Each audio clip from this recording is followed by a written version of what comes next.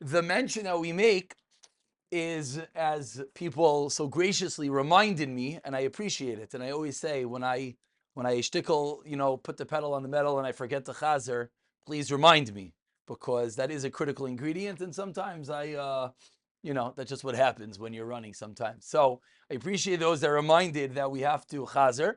And the goal is going to be not to start at 8:08. I apologize.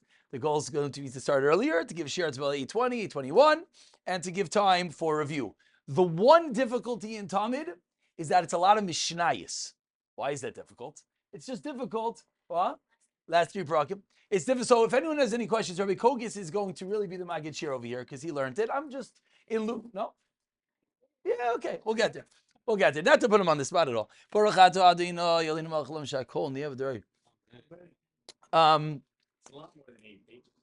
No, the whole back is English. Don't worry about that. The English there are typos in the English. I wrote it. It's not perfected yet. It's a work in progress. But it's basically just a play-by-play of the Gemara, which should hopefully be an aid for Chazara, that you mamish can read through the whole thing and get the ideas in your head nice and easily. The last data of Hakdama was because there's a lot of Mishnayos. Mishnayos are easy, but they don't flow as well as Gemara, believe it or not. I know that sounds funny, but hopefully we will get there. So, without further ado, let's begin with the Mishnah. I'm going to hopefully also get a big picture of the Beis HaMikdash for behind us, because it's very important. Get the one from 11th. Yeah, Avada. Same one. That one, I don't know where he printed it. I'm actually, I called Ray Wagner today. I didn't get through to him. But let's get there. Epic science. Here we go. In three places. And again, the words are a little bit difficult. I not like just because they're like names in Zachin. So I advise everyone to grab a pencil. Again, I apologize that you're using a paperback Gemara and then we're going to get you a hard Gemara and you're going to have to transfer it. But okay, I think we'll all figure it out. Yeah, some are small. Oh, here, take a big one. Take a big one. There's another big one over here. Another big one over here. B'shleisha mikaymais hakoyhanim shoimrim bebeis hamikdash. In three places, the koyhanim are shomer. They guard the Beis Hamikdash. What are those three places? Beis Avtinas, Beis Hanitzait, and Beis Hamoikad. Those are names of places. Beis Avtinas is name number one. Beis Hanitzait is place number two. Beis Hamoikad is place number three. In a moment, we'll take a look at the picture and we'll get a little bit of a familiarity where these things are. So there's three places that the Kohanim are watching. Before we go anywhere, we just have to ask yourselves an obvious question. Why are Kohanim guarding the Beis Hamikdash? What are they guarding it for? For what? They were afraid of burglars coming in and stealing the Aron. I think Hashem could protect himself. Well, he needs. So what's the answer? The obvious answer? It's one answer, or it's a covet. It's a covet. No. This is a covet. This is a covet. This is a covet. This reminds me of, in Venice. Those wonderful guards that stand outside the palace over there wearing the colorful begadim. I don't think those guards are really watching anything. And in England, Buckingham Palace, I don't think the beef eaters are really guarding anything. It's a covet. It's a covet for the building. So it's a covet to have Kohanim guarding the Beis HaMikdash. We're going to get there also. We're going to get to everything. Number one, Beis Hanitzat and Beis Hamoikad. Again, Beis Avtinas, Beis Hanitzat, Beis Hamoikad. Beis Avtinas, Beis Hanitzat. In those two places, Hayu Aliyos. They were elevated structures. They were 2-floor structures. Haroivim, the word Roivim is a funny word. It means young Kohanim. Haroivim Shoimrim Sham. They guard there in those two places. Beis HaMoikad, the third place that we mentioned, Kippah, had a kippah. What does that mean, it had a kippah? It means it was a domed structure. It was a domed structure. And again, in a moment, we're going to look at the pictures and understand what all these things are. Ubayis Gadol Haya, and the Beis HaMoikad was a large room, Mukaf, surrounded, Roivdin Shel Even, with rows of stones. Why were the rows of stones surrounding the base hamaikad, this large room, the ziknei beis av, the ziknei, the elder beis av of those kohanim. Beis av is the kohanim that are working that week. The elders yeshenim sham slept there. Where? On these rows of stones.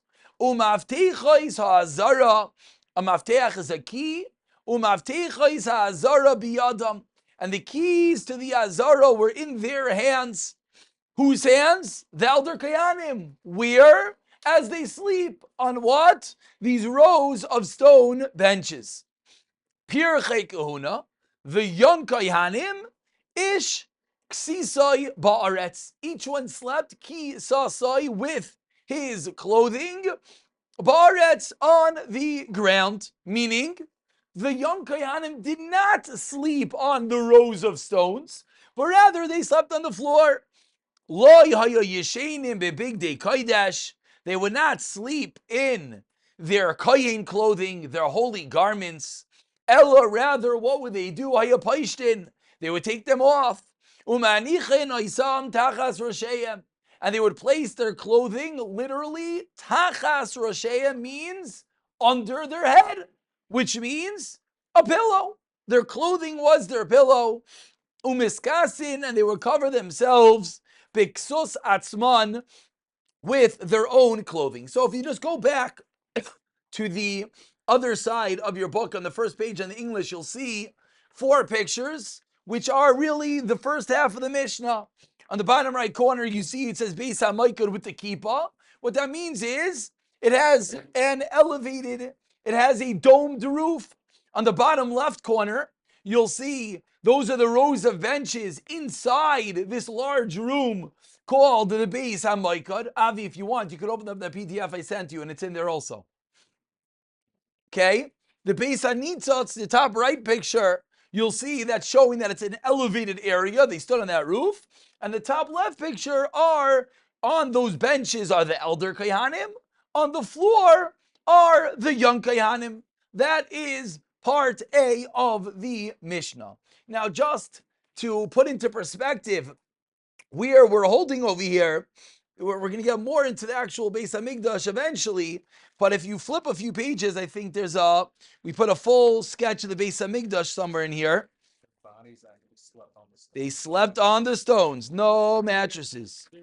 They had no better accommodations. Gemara is going to ask, why didn't they bring you a bed? It says in here that the young Oh, so we're going to have to see. Yeah, we're going to have to see. Okay, I don't know why. The picture of Beis HaMikdash in there. Oh, because I planned on having a big one behind me. That's why I didn't put it in there. Okay, but either way, here's your Beis HaMikdash. Yeah, but here's your Beis HaMikdash, okay? And over here, you see, this is the Kodesh HaKodashim, this is the Heichal.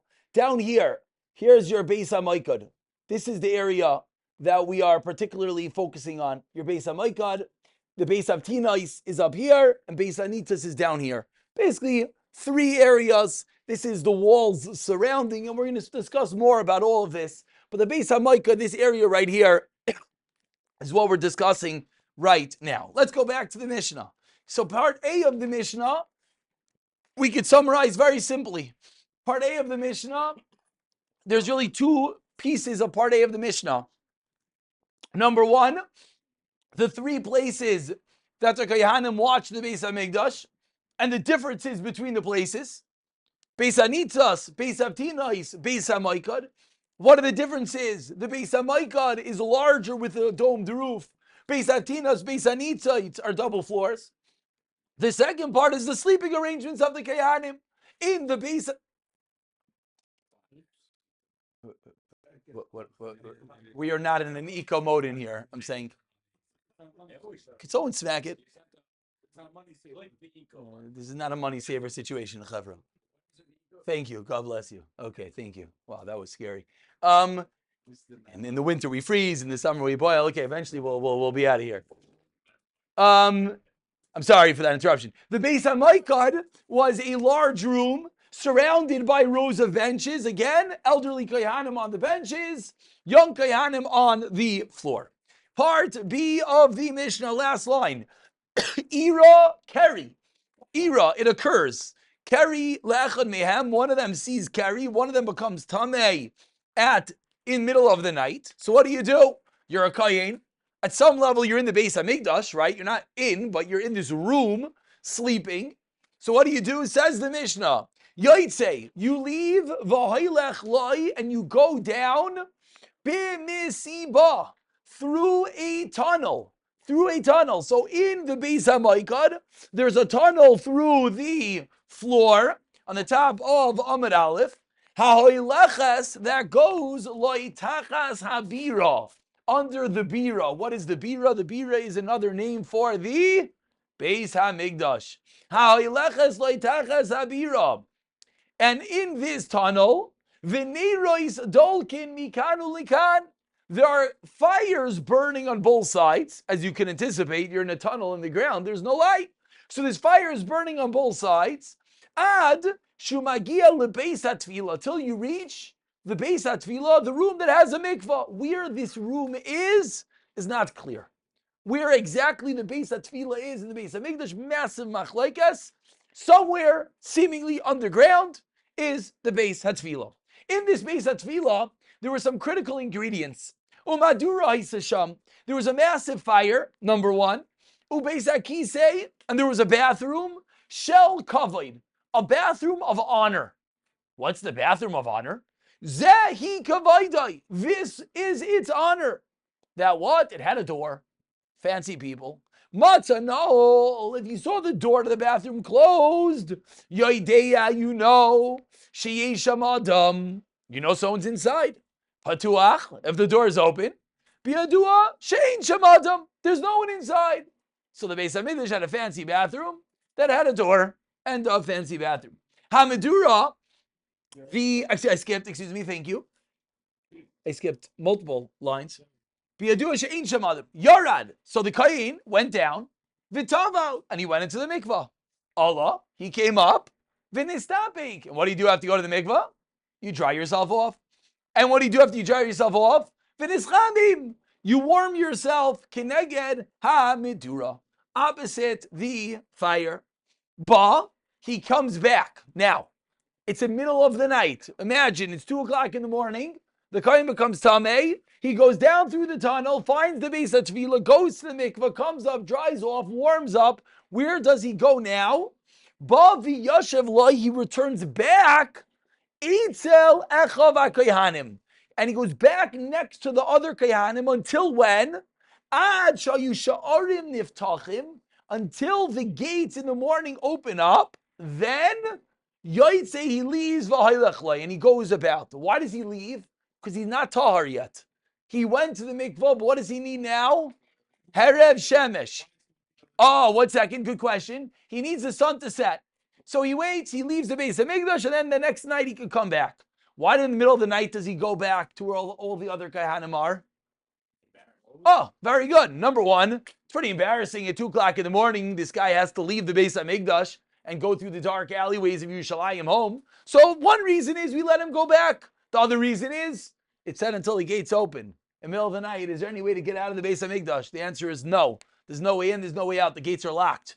So there would be no way for him even to get out. That's a second reason why he stays in the Beis HaMikdash until the morning. And it's also primarily the Mefarshim speak out, like Yerusha Menachem said, it's not to embarrass him. He gets to go back. No one knows what happened. The morning comes, the gates are going to open. We're going to see what happens. And then he'll slip away and he will go home. We're going to stop over here. We'll take the next 3 minutes. Everyone could read through the first 2 halves of the Mishnah. Well, that doesn't make sense. First 2/3 of the Mishnah. Yes? Why do we need an altar? Because I hope tomorrow morning we're going to have a Beis HaMikdash.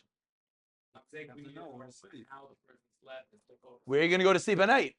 No, where are you going to go at night? If you're a Kohen, Why can't it just say, and then he went downstairs? where? The where's down? No, but it doesn't exist. We have to. This is how it exists. Yeah. So, oh, very good. So I should point out Tamid, and there's another Mesechtah called Midos, our brother sister Mesechtahs. Oh, it's very good. Midos. What's that? So Midos is the mamish, the specs of the Beis HaMikdash. Tamid is the specs in practice. And the two really go together, and a lot of what we're going to be doing is just figuring out what was the Avaida. What was the Avaida? The Kohen Gadol, we do not know yet where he slept. We're actually not going to see over here. Chayra, there's no reason for him to be there overnight, but we don't know that. Yeah, that's his own base. Tefillah. I love to have kids sleeping. Yeah. Chaver, let's try to chaver over. Let's try to read through. Let's try to read through the Mishnah.